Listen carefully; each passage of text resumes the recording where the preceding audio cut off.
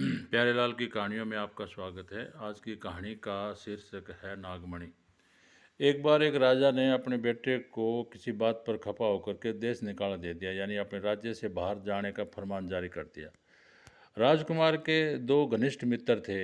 एक ब्राह्मण का लड़का था और एक मीणा का लड़का था। वो भी दोनों उसके साथ ही चल दिए और चलते चलते वो राज्य की सीमा से बाहर निकल गए। तो रास्ते में उन्होंने देखा कि एक शमशान भूमि में एक लड़का बैठा हुआ राख की ढेरी में से छोटी छोटी हड्डियों को चुन करके उनको एक के साथ एक लगा करके ऐसे श्रृंखला सी बना रहा था। राजकुमार ने उससे पूछा कि भाई क्या बना रहे हो आप?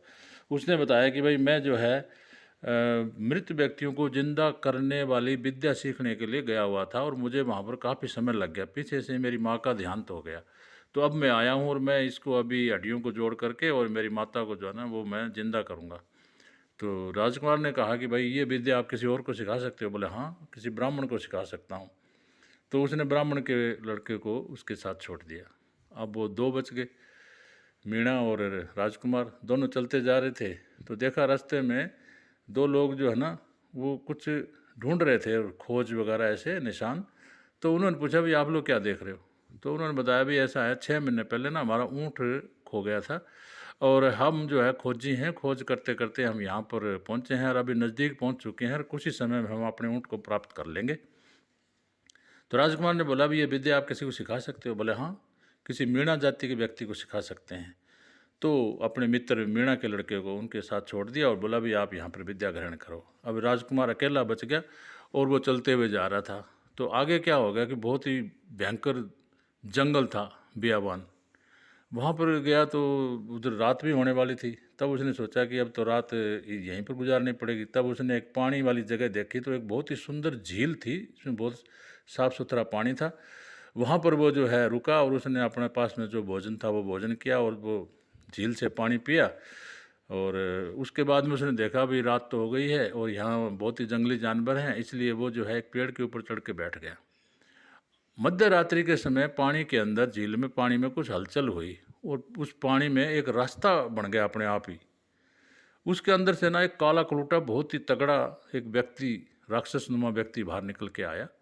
वो आकर के उस पेड़ के नीचे खड़ा हो गया और उसने एक मणि, नागमणि निकाली और उसको ज़मीन पर रख दिया।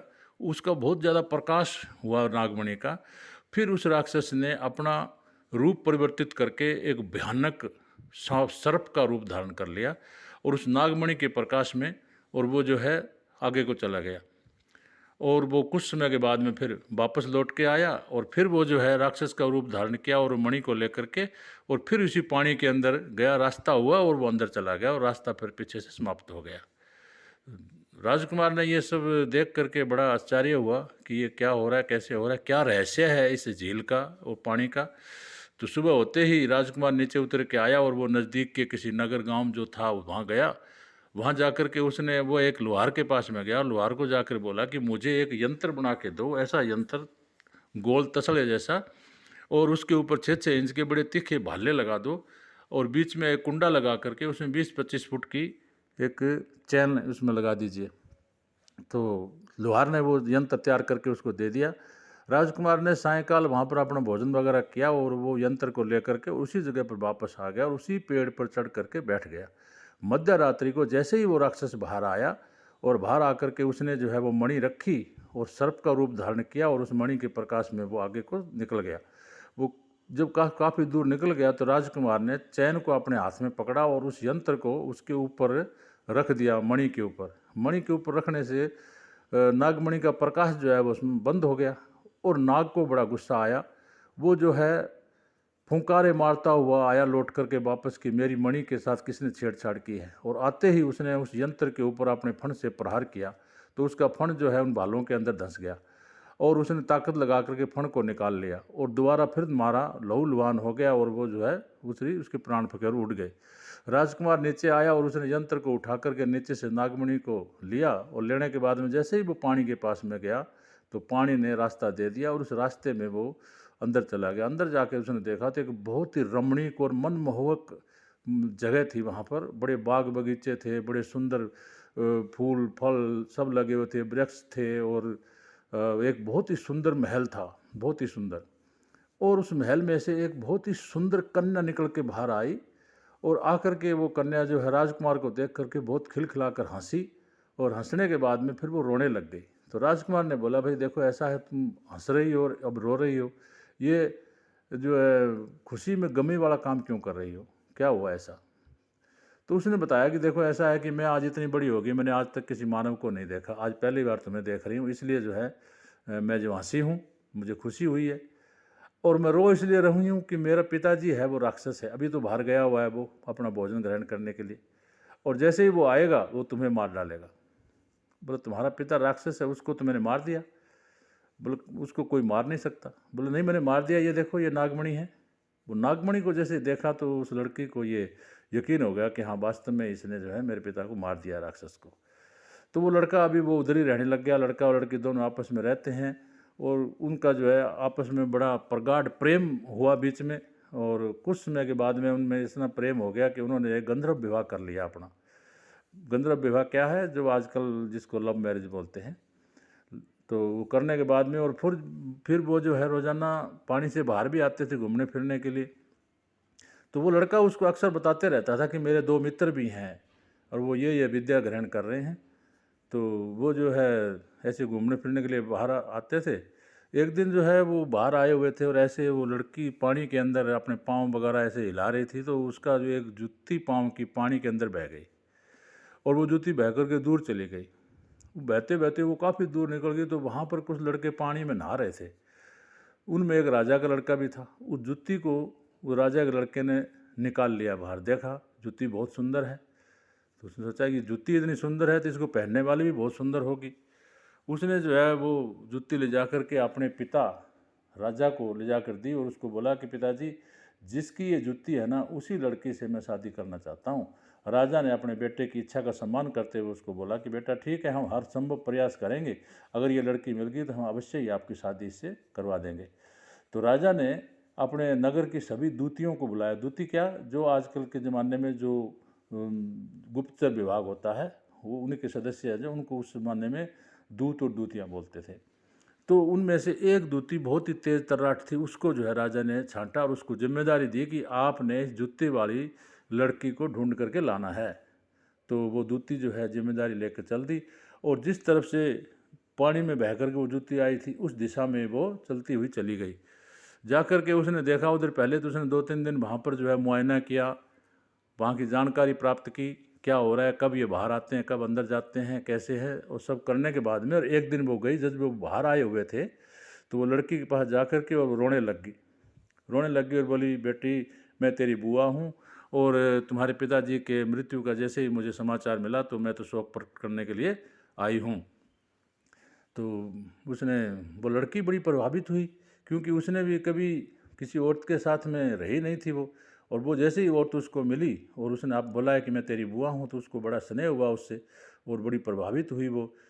तो उसने बाद में जो है उसको साथ ले गए, अंदर चले गए। अंदर गए तो उस लड़के ने उसको बोला, राजकुमार ने, कि इसको क्यों साथ लेके आई हो? बोला नहीं, ये मेरी बुआ है, मेरे पिताजी का जो मौत की खबर मिली है तो ये आई है मेरे पास में। अरे बोला नहीं, तू इस पर ज़्यादा विश्वास मत करो, ये किसी दिन तुमको किसी संकट में डाल देगी। बोला नहीं, ये क्या संकट में डालेगी, मेरी बुआ है।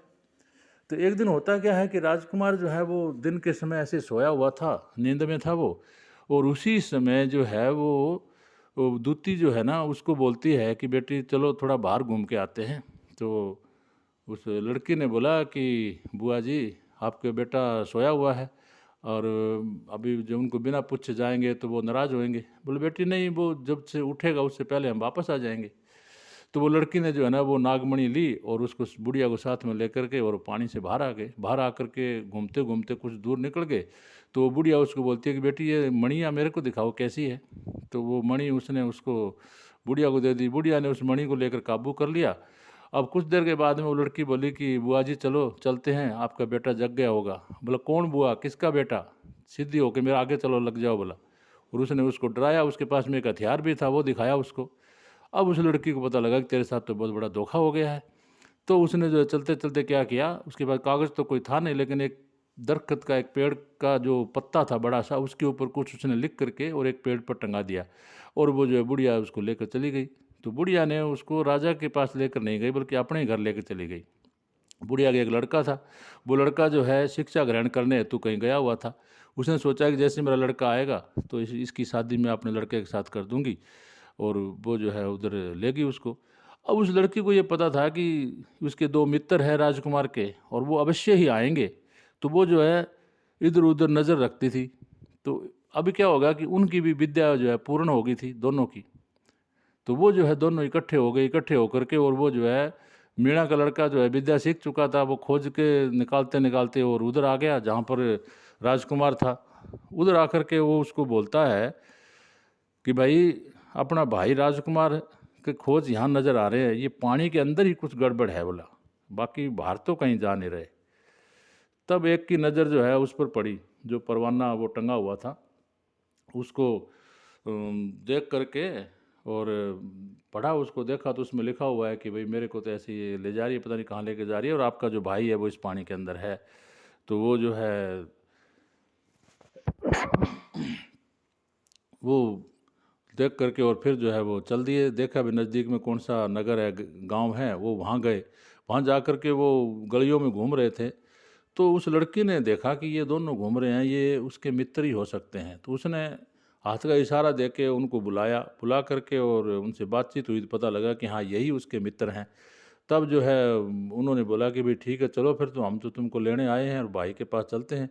तब उस लड़की ने बोला कि देखो चल तो देंगे, लेकिन बात ऐसा है कि वो नागमणि जो है ना वो बुढ़िया के पास में है, वो लेंगे तभी तो जाने का फ़ायदा होगा, नहीं तो हम क्या करेंगे जाके।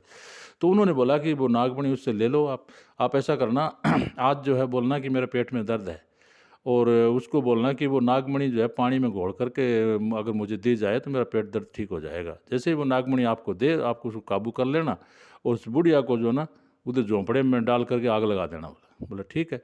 वो गई, जा करके शाम को जो है वो बोली मेरा पेट दर्द हो रहा है, बहुत दर्द हो रहा है पेट। तो वो बुढ़िया आई, बुढ़िया उसको तरह तरह की नुस्खे दे रही है, कभी अजवाइन दे रही है, कभी नमक दे रही है, कुछ दे रही है, बोलती है नहीं मेरा ठीक नहीं हुआ।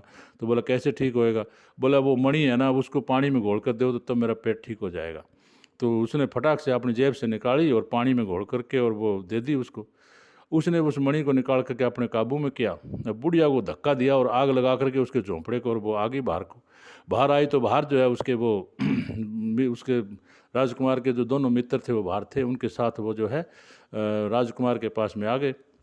आ करके उन्होंने जो है ना मणि से रास्ता मिला और अंदर गए। अंदर जाकर देखा तो राजकुमार जो है अपने बेड बिस्तर के ऊपर उसका मृत शरीर पड़ा हुआ था। तब जो है उस ब्राह्मण के लड़के ने अपनी विद्या से उसको जिंदा किया। जिंदा करने के बाद में वो तीनों चारों वहाँ पर बहुत ही प्यार प्रेम से मिले। उन्होंने अपने सारे पीछे के जितने भी वृत्तांत से सब साझा किए, और वहाँ पर बहुत ही आनंदपूर्वक सुखपूर्वक जीवन व्यतीत करने लगे। तो अभी श्रोताओं से मेरी अपील है कि वो जो है इसमें बताएं कि किसका ज़्यादा योगदान है इस कहानी के अंदर। और कहानी अगर अच्छी लगी हो तो इसको सब्सक्राइब करें, कमेंट करें और शेयर करें। धन्यवाद।